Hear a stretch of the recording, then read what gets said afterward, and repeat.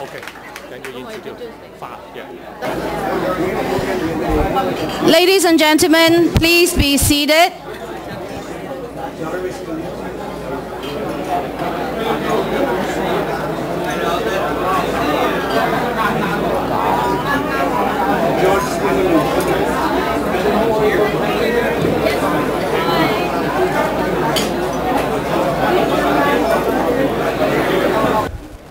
Probably I'm the shortest MC. I hope the back at the can see me. Yeah.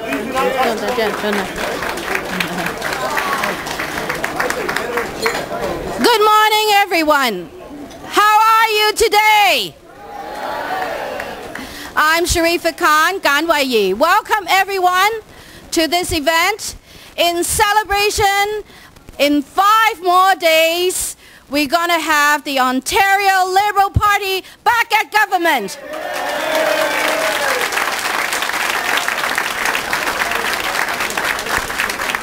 We're here in the Markham-Unionville riding because we want Michael Chan to be MPP again in this riding.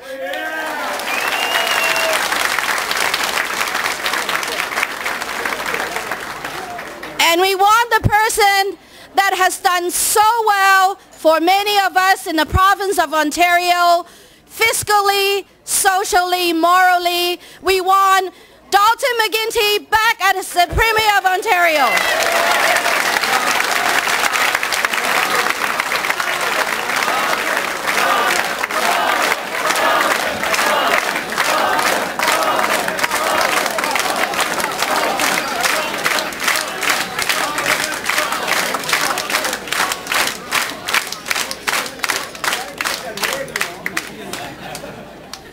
Welcome. Today we have so many supporters here because the Ontario Liberal Party has done well for each and every one of us, for our education, for our health care, for our foreign policy, for our economic development.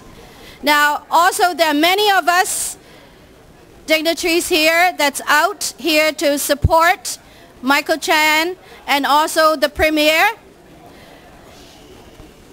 We would like to recognize the Honourable John McCollum, MP, Markham-Unionville.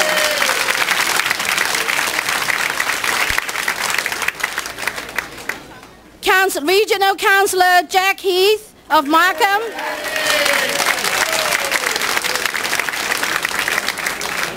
Jack was also the former president of the Ontario Liberal Party. And Councillor Logan Kanapathis, City of Markham.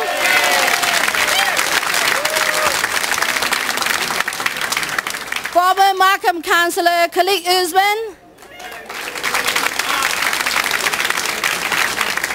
Colin Smith, President of Markham-Unionville Provincial Liberal Riding Association.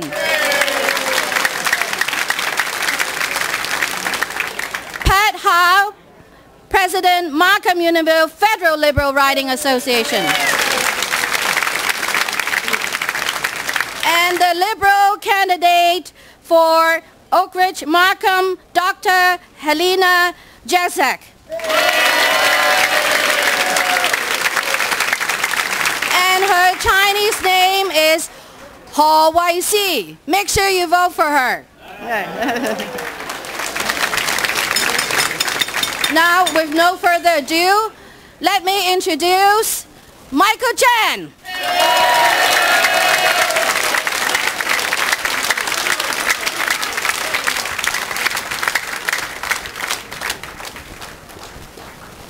Thank you.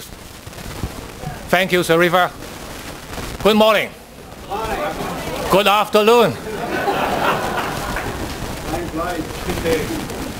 Ladies and gentlemen, I have the honor of introducing our Premier today.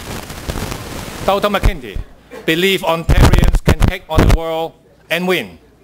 He says we have to equip them with the education and skills, healthcare and prosperity they deserve.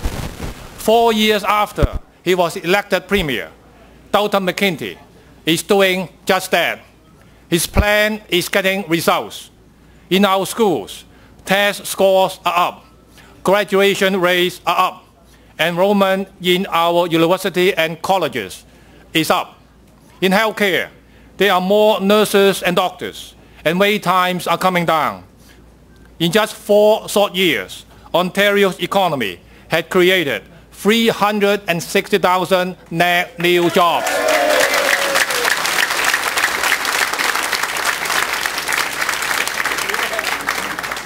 Under Dalton's leadership, Ontarians are working, and they are working together. Across Canada and across the world, people are taking notice. Dalton's fight for fairness for Ontario when it comes to the nation's finances led Maclean's magazine to dupe him as Mr. Ontario.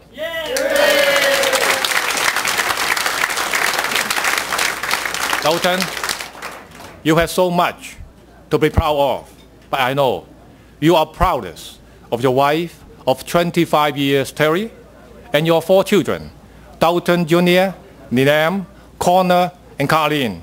Ladies and gentlemen, it's my great honor to introduce the Premier of Ontario, Dalton Mcquinty.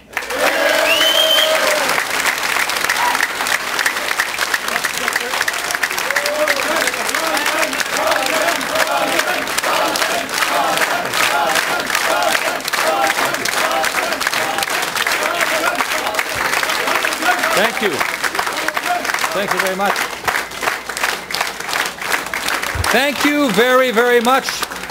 Michael, thank you for your wonderful introduction. Sharifa, thank you for kicking things off here this morning. And I want to thank all of you, my friends, for coming out today.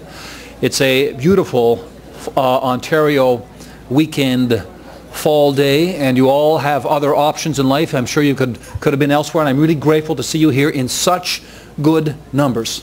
As you know, in Ontario this weekend we're celebrating Thanksgiving, and it's an opportunity for us to reflect on and celebrate everything that we've got going for us. This is the greatest province and the most blessed country in the world, and we have so much to be thankful for.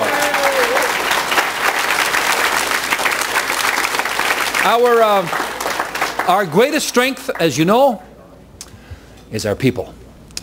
And the greatest strength to be found in our people is the richness of our diversity.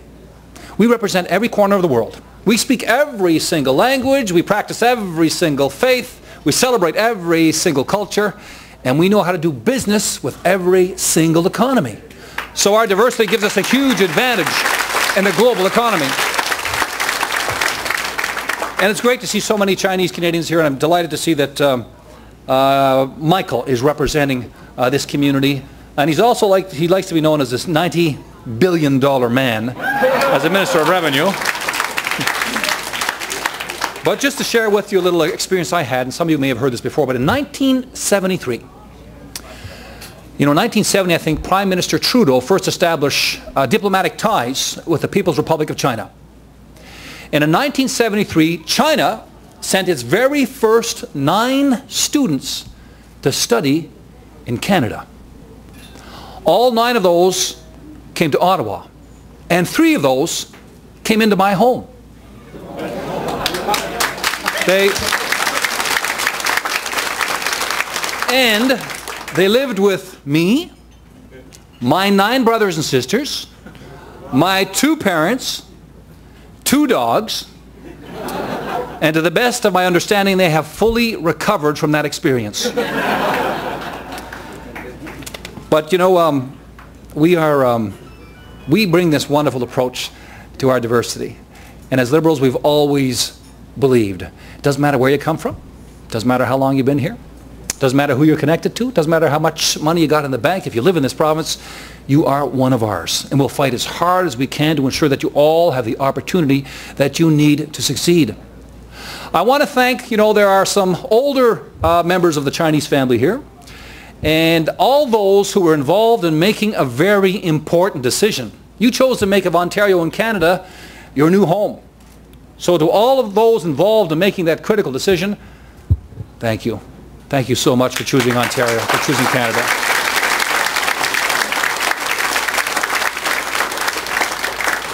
Thank you for retaining your culture. Thank you for hanging on to your faith. Thank you for continuing to celebrate your traditions. And most importantly, thank you for passing that on to your children and your grandchildren. You know, we had a wonderful Prime Minister by the name of Sir Wilfrid Laurier. And before he became Prime Minister, he visited London, England. And he was amazed at a beautiful cathedral there. And he admired its strength. And he saw in that cathedral a metaphor for Canada. And when he came back to Canada, he said, you know, I want the granite here to remain the granite. I want the marble to remain the marble. I want the wood to remain the wood. And what he's saying, it's our differences, our diversity, that lends greater strength to who we are. You and I are enjoying a wonderful privilege, something that is largely without precedent in the annals of human history. You know what we're doing? We're finding strength in diversity. That's not an easy thing to do, and we have found success in that. And with success, given that we enjoy such privilege, as my dad used to say, with privilege comes responsibility. And our responsibility is to continue to move forward. And Michael and Helena in the future is going to help us continue to move forward. Whether you're looking at our schools, where we've got smaller classes, more teachers, higher test scores, higher graduation rates. Now we want to move forward with full-time junior kindergarten and kindergarten. We want to provide extra homework help to our kids. And we also believe that in a province where we invite the four corners of the world to come together, that we should invite our children to come together in our schools so they can come together, learn together, and grow together, understand one another, and help us build here in Ontario a strong, caring society. And publicly funded education plays such an important role in bringing all of our children together.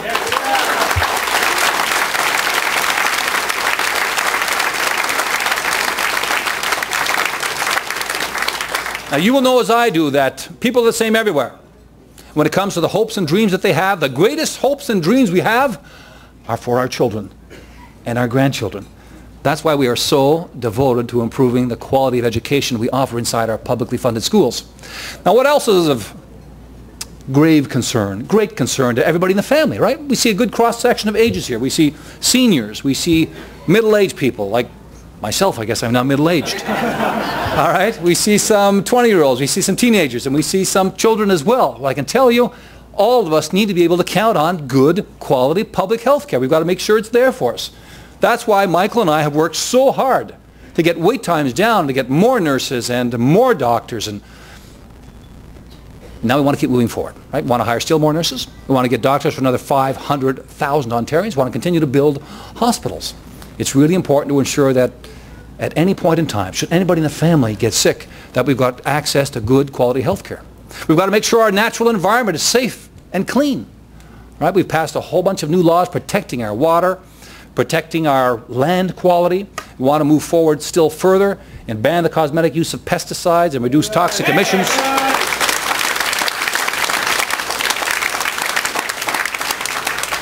And we want to help strengthen this economy. Now, Michael, did you say 360,000 jobs? Well, it's up to 400,000. 400,000 new jobs. Right? Those are good jobs, good high-paying jobs. But as parents and grandparents, we understand that if we're going to compete in this global economy, we've got to invest in our people, give them the best possible education, and that's what we are going to continue to do as Liberals. The last point I want to make is this, and it has something to do with our diversity and this remarkable adventure that you and I have embarked upon, finding strength in diversity. There's something here that we need to understand because we need to stand as a shining example to the world, right?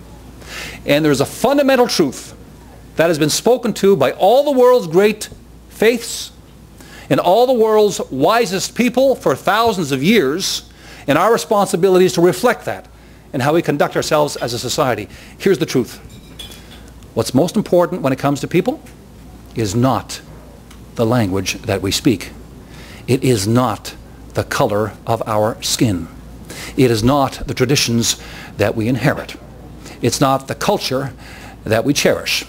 It's not the faith that we practice. It's not the wealth that we accumulate, and it's not the power that we wield. The single most important thing when it comes to people everywhere on this tiny planet that we share is what we have in common. It's our humanity. And you and I, privileged as we are to live in such a rich, diverse society, have a responsibility to stand as a shining example to the rest of this world. In a world where sometimes it seems to be shrinking, and there are different cultures and societies that rub up against one another, and sometimes that's cause for conflict and strife and struggle. We've got to say there's a place on this tiny planet where we found a way to come together.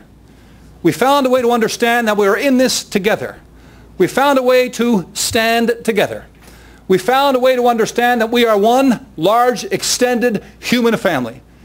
So let's make sure that as we celebrate this weekend, all that we've got going for us in this remarkable province, in this gorgeous country, that with this privilege comes responsibility. Keep moving forward. Keep moving forward together. Keep standing as a shining example, as a beacon of hope to all of humanity. Thank you very, very much. Thank you.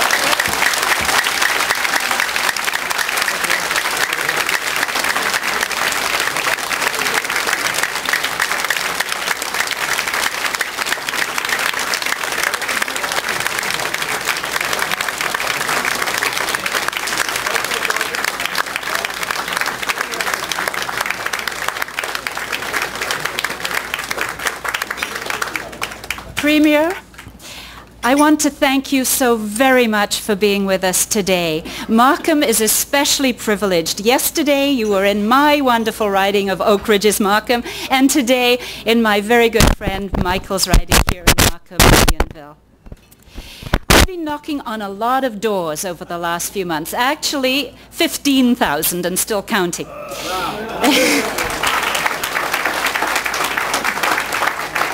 And I want to tell you, Premier, that the people in my riding truly appreciate what you've done over the last 4 years. They see the improved public services, the infrastructure that is coming our way. And people are truly looking forward to another 4 years of peace, order, and good government, and they know that you can provide it.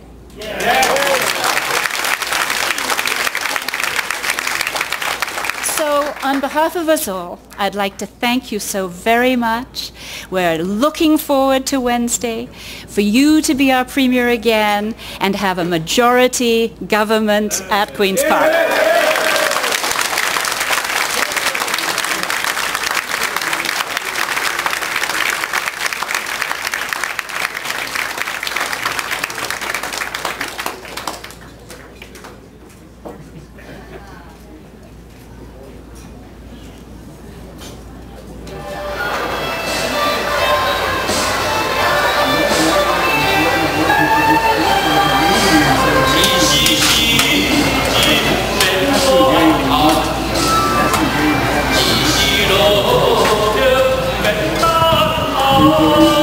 Thank you, everyone.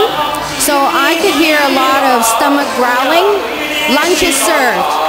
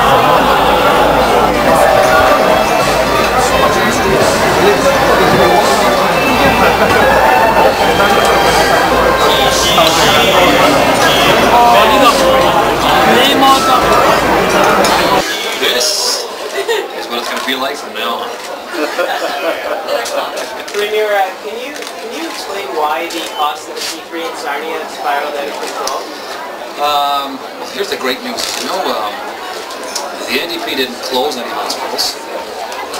They just didn't build any. The Conservatives actually closed hospitals and were actually building hospitals. So the really important news for the people of Sarnia is that they're getting a new hospital, and we're very proud to be participating in it. But in addition to that, can you explain why the costs are? We're going to make sure that we get great value for the money that's invested in there on behalf of the public. But let me tell you something else. Hospitals are expensive. They're places where we bring our families in times of need.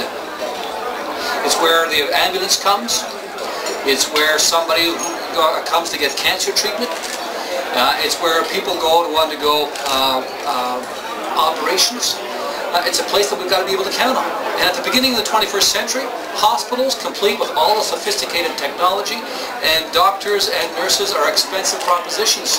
And we're going to keep moving forward. We're going to keep building hospitals in the province of Ontario. We've got about 100 hospital construction projects about to begin or actually underway. And you can't do that. You can't keep moving forward in those areas if, like the Conservatives, want to take $3 billion out of healthcare. Does that mean you don't care about the cost overruns? You bet we do. We're going to be absolutely sure that we get good value for every public dollar that is invested in those hospitals. John Tory and Howard Hampton are trying to stay away from the issue of faith-based funding. They say it's been too much of the spotlight, but you're bringing it back today. Why? You know, any issue that affects 2 million students, I think is pretty powerful. You reach into a lot of homes when you start talking about the future of publicly funded education. And the great thing about this campaign and this election is that people now have a very clear choice. If you think that we can take $500 million out of our publicly funded schools and divert that to private religious schools, then you can vote for the Conservatives. But if you believe, as we do, that the single most important thing that we can do to build a bright future, a caring society, and a strong economy is to invest in our children and to keep bringing them together inside our publicly funded schools, then you should vote Liberal. Is it your the other issues? Hey, listen, you just asked me a question about any issue I'll talk about. But you know, we've been talking about schools because that's really important to families. We've been talking about healthcare because that's important to families. We've been talking about the environment. We've been talking about good jobs. On healthcare, your opponents are saying they'll scrap the health tax for the poorest residents of the province. Did you look at that in your 2009 review? If not, why not? The commitment that we're making is to continue to invest in our public healthcare system. We're calling for close to $9 billion new dollars to be invested on top of the money that's being invested there at the present time. And I think families understand a couple of things. Number one, we've all got to pitch in. We've all got to make sure that healthcare is strong and vital and vibrant for all of us, just in case we need it. And sooner or later, everybody in the family is going to have to call upon our healthcare resources. The next thing that families have to keep in mind is that in order for us to do that, we've got to invest together. And when we devise that premium, you know, we ensure that our poorest families will not have to make a contribution. I know it can be a sacrifice for everybody else. Rob, you know, I grew up in a family of 10. My dad was a professor, but he taught night school and he taught summer school because we needed the money. My mom worked as a nurse throughout raising her 10 kids because we needed the money. So I know how hard it can be for families to make that kind of a contribution. But you know, we've got to know that healthcare is going to be there for us. You know that my mom recently fell down and broke her hip. I googled the cost of that. South of the border, it's $39,000 to repair a broken hip. But why can't you afford to just raise the threshold another $10,000, for example? No, the commitment. I understand. I understand it's a challenge for families, and what I'm saying to them is that we are in this together. It's important that we maintain the quality of our healthcare system so that if anybody should have a call upon it, it'll be there for us. Vous tirez de l'arrière dans le sondage Ipsos-Ri, vous tirez de l'arrière dans l'Est ontarien. Vous êtes derrière les conservateurs. Il y a un candidat conservateur à Ottawa, Mike Patton, à Ottawa-Ouest, Népine, qui dit finalement que tout ça c'est à cause de la colère des gens d'Ottawa qui sont mécontents de voir que vous financez davantage les gens de Toronto que les gens d'Ottawa. Qu'est-ce que vous en pensez? Je ne suis pas en accord avec les chiffres qu'a fait sortir les conservateurs d'Ottawa. C'est typique que tout partout dans la province, on me dit qu'on favorise une autre région de la province. Mais je fais des grands efforts pour être juste envers toutes les régions. Et si vous jetez un coup d'œil sur ce qui s'est passé à Ottawa, nous avons presque 500 millions de dollars de nouveaux investissements dans nos hôpitaux. presque 500 millions de dollars d'investissement dans nos transports en commun et dans nos chemins. Je pense que ceux et celles qui habitent à Ottawa vont constater que nous faisons du progrès ensemble. Sur la question de l'éducation, une dernière chose sur la question de l'éducation, la question des écoles confessionnelles, pourquoi est-ce que vous pourrez revenir là-dessus aujourd'hui? Je parle toujours, comme vous savez très bien, sur 4 grandes questions tout le long de cette campagne: l'éducation, les soins de santé, l'environnement et l'économie. Et c'est impossible d'éviter de parler sur le sujet de nos écoles parce que tant que société et tant qu'économie, on met tous nos espoirs dans nos enfants. Et quand on parle d'un sujet qui affecte 2 millions de nos enfants, pour moi, c'est une question assez importante. Alors, je vais continuer de parler sur ce sujet jusqu'à la fin de la journée. We get a couple questions from local market here. So I know the new poll has showed us the Liberal is on the lead. So how confident you will have the majority government after? Well, we're going to continue to work as hard as we can. We're confident that we're talking about the kinds of things that Ontarians want to hear about. You know, families everywhere have the same kinds of hopes and dreams for their kids, and wants to make sure that we continue to support publicly funded schools. Families want to make sure that if anybody in the family gets sick, that we've got the capacity through our healthcare system to look after them. We want to make sure that somebody's keeping an eye on the environment.